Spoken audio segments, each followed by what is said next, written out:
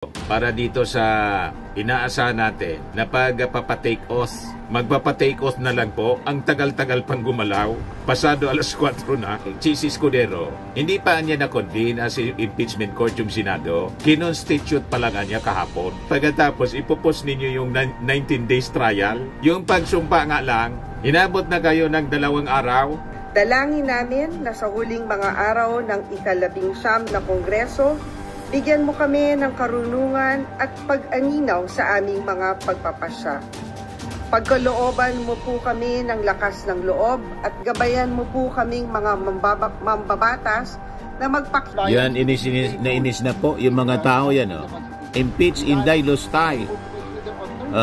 Cynthia Villar, stop moving. May no to impeachment din. Oh. Nagpapagang mga balita at pagtalakay sa mga isyu na lipungan. Bulsa! Opinyon, banat at paglalantad sa katotohanan. Bulsa! What you see is what you get. You decide. Hello po mga kababayan, mga manoy, mga manay, mga tugang. Ako po si Dante Maravillas, Bicolano vlogger, journalist, broadcaster from Albay. So ngayon, on standby tayo para dito sa inaasahan natin na pagpapatake off.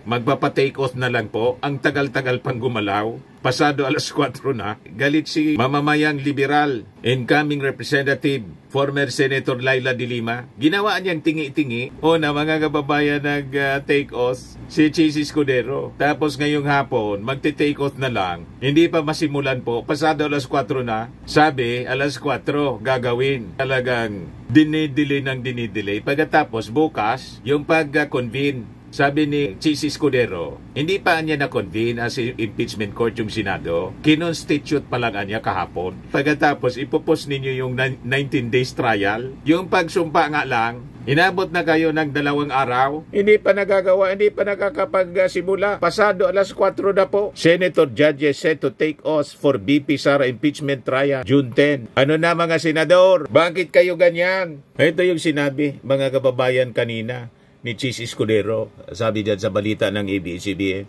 Escudero clarifies, impeachment court constituted but not yet convened. Ginawang tingi-tingi. Sinasadya talaga nila na i-delay ng i-delay. Iwan ko, baka iniintay mga kababayan na maglabas ng TRO yata yon yung final sa Supreme Court para hindi matuloy ang impeachment trial. Pag hindi ninyo inayos yung trabaho, kayo dyan ang ma-impeach. Kaya lang, hindi man pwedeng impeach yung mga senador.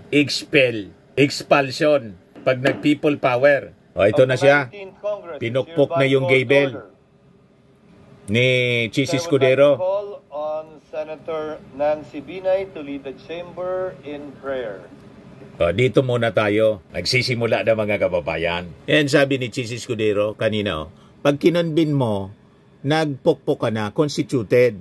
Constituted, ibig sabihin, pinorma na. Constituted dahil may presiding officer na. Bagaman hindi pa sumusumpa yung mga miyembro o ngayon yung panunumpa. Senado ang tinatanong. Ang Senado, pagpokpok ko ng martilyo, doon palang convene.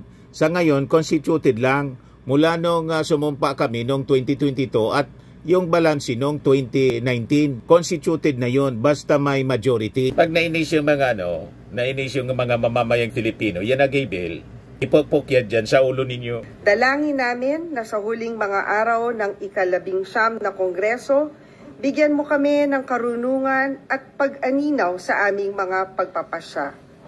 Pagkalooban mo po kami ng lakas ng loob at gabayan mo po kaming mga mambabatas na magpakita ng katapangan at katapatan sa aming sinumpaang tungkulin. Manaig nawa ang aming pagmamahal sa Pilipinas upang maitaguyod ang isang mas malakas at mas maunlad na bayan. Ang lahat ng ito aming itinataas sa ngalan ng Ama, Anak at Espiritu Santo. Amen. Binay, Secretary will please call the roll. All call of members, the Honorable Senator Binay, Senator Cayetano Alan, Senator Cayetano Pia, Senator De La Rosa, Senator Ejercito, Senator Estrada, Senator Gatchalian, Senator Go, Senator Antiveros, Senator Lapid, Senator Legarda, Senator Marcos, Senator Padilla, Senator Pimentel, Senator Poe, Senator Revilla, Senator Tolentino, Senator Tulfo, Senator Villanueva, Senator Villar Cynthia, Senator Villar Mark, Senator Zubiri, the Senate President.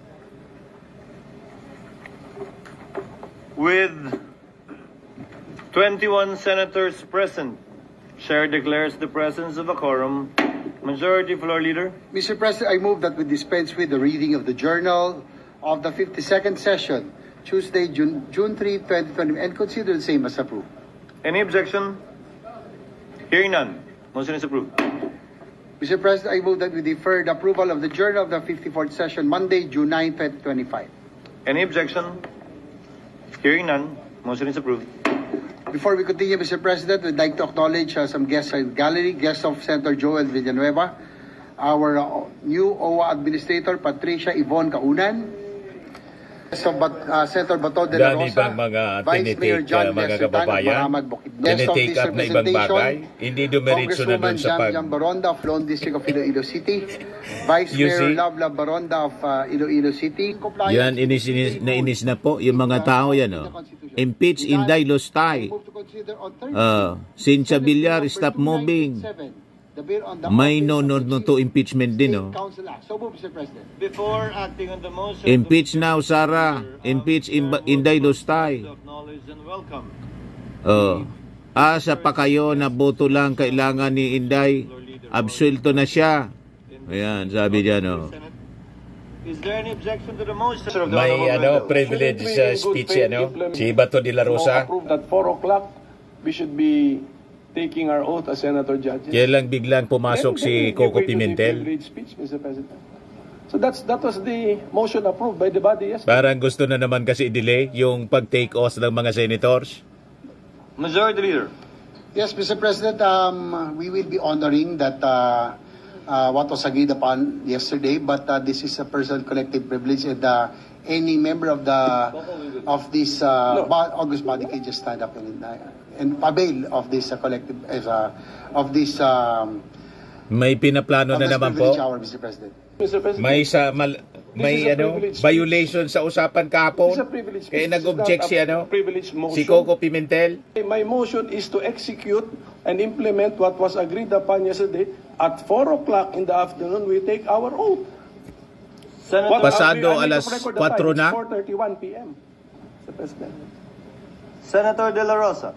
4:29 na po. It was very clear yesterday that we agreed that before I take my oath as member of the impeachment court, I should have delivered my privileged speech. That's why I made it a precondition to my approval or to my agreement to the motions yesterday that I'm willing to take oath as a Grabe talaga po. Matindi itong Senado dito. Dapat dito talaga i-abolish na. Deliver my privilege speech. And very clear, it was agreed by the minority leader. No, Mr. President, no. It was stressed the convening of the court. That was the issue. And the agreement natin, the oath taking is not the convening of the court. It was very clear, Mr. President. Several members are raising their hands. May I first acknowledge our majority floor leader, Senator Tolentino. Thereafter, our mga deputy kasurog minority floor leader, Senator ni Sara Tolentino. Senator Tolentino may proceed. With the permission of the gentleman. Mr. President, let me remind the gentleman that yesterday this representation moved to expunge from the records the word agreement, precisely because this representation would want that all matter that arose yesterday should be expressed stipulations coming from the mandate of the Constitution. Yung agreement po siguro inalis na natin to reflect the solemnness of the proceedings yesterday. Kung ano po yun na pag-usapan, Mr. President, ang mandato ninyo, mag-take out na kayo, sabi sa konstitusyon. Pero that proceed with the word forthwith. Yun po lang yung proceed. Sinasabi ko, Mr. President. Maraming salamat po. Mr. President, Senator, this is important because it's related. So, what I'm asking Senator Pimentel, you may proceed. What I'm asking to be enforced is the motion approved already, Mr. President. So we had approved by the plenary. A motion was approved by the plenary. So yun lang. Senator Ontiveros is recognized. On the motion of the minority leader, Mr. President, the motion to implement the approved motion. Napakahirap naman po magpatupad ng ganyang kasimple. Mr. Correct. President, under Section 3 of our Rules of Procedure on Impeachment Trials, the presiding officer shall administer the prescribed oath or affirmation to the members of the Senate then present and to the other members as they shall appear, whose duty it shall be to take the same. So yung pagka wala po o yung hindi pa po pagkasumpa ng ibang mga senador, hindi naman po hadlang sa mga present ngayon at manunumpa ngayon para magsimulang tuparin yung tungkulin namin bilang miyembro ng impeachment court. Kung nais po ng good gentleman from Davao mag-deliver ng privilege speech ngayon, maari namang pong ituloy na po yung pagpapatupad ng agreed motion kahapon, manumpa kaming lahat na iba sa inyo bilang presiding officer, and then pakinggan po natin ang privilege speech Correct. ng good gentleman from Davao at pagkatapos kung nais niya ay pwedeng manumpa na ayon dito sa ating rules of impeachment, Mr. President. So sinusugundahan ko po yung motion ng minority leader na gawin na po natin yung approved motion kahapon. Salamat, President. Chair would Correct. like to make some remarks acknowledging Senator De La Rosa. There was a prior motion made by the majority floor leader. There is no motion to second as of yet because we first have to dispose of the first motion made by the majority leader with respect to the recognition of Senator Bato. But we note the manifest. We will consider and take note of the remarks of Senator Ontiveros as a manifestation for the meantime. Now, the movement is here. The person who made the motion yesterday. Perhaps when I suspend session, you can discuss it. But for the record, there is no attempt whatsoever, and kindly, I hope people will refrain from making insinuations that there is an intent not to proceed with what was agreed upon yesterday simply because of the time. Because I was here at 4 p.m. and I waited until we had enough numbers for a quorum.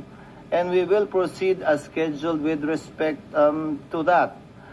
So whether Senator Bato, as will be discussed when we suspend, will speak first, or we will do what is the movement.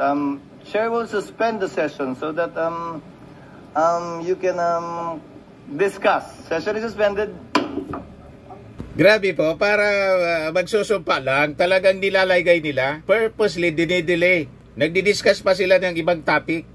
Yung agreement nila kahapon, at 4 o'clock magko-convene sila para mag-take oath. Gusto muna mag-privilege speech si Bato de la Rosa. Yung privilege speech niya, pwede man niya gawin after na mag-take oath na muna yung mga senador. Tinitingi-tingi talaga po. Talagang kinakaladkad nila para i-delay ng i-delay. Maubusan na ng oras mga kababayan. Yan ang strategy nila ngayon. O tingnan ninyo, para mag-take oath, hindi magkasundo. Nag-agree na kahapon.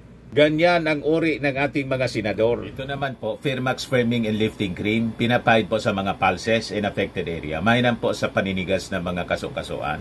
Ito naman po, Automax Radiant Serum. Sa mukha naman yung application, anti-aging po siya. You will look 10 years younger than your age. Sa mga cancer patients naman po, baka lang gusto ninyo itong itry. Nengsa Red Mix Fruit Drink. Hindi mo po siya gamot, food supplement siya. Kaya lang, gawa siya mga kababayan sa goji berry. Yung goji berry, may anti-cancer properties. O ngayon, yung mga inquiries ninyo, dumiritso na lang kayo sa aming messenger sa Facebook para masagot namin agad. Ayos pa?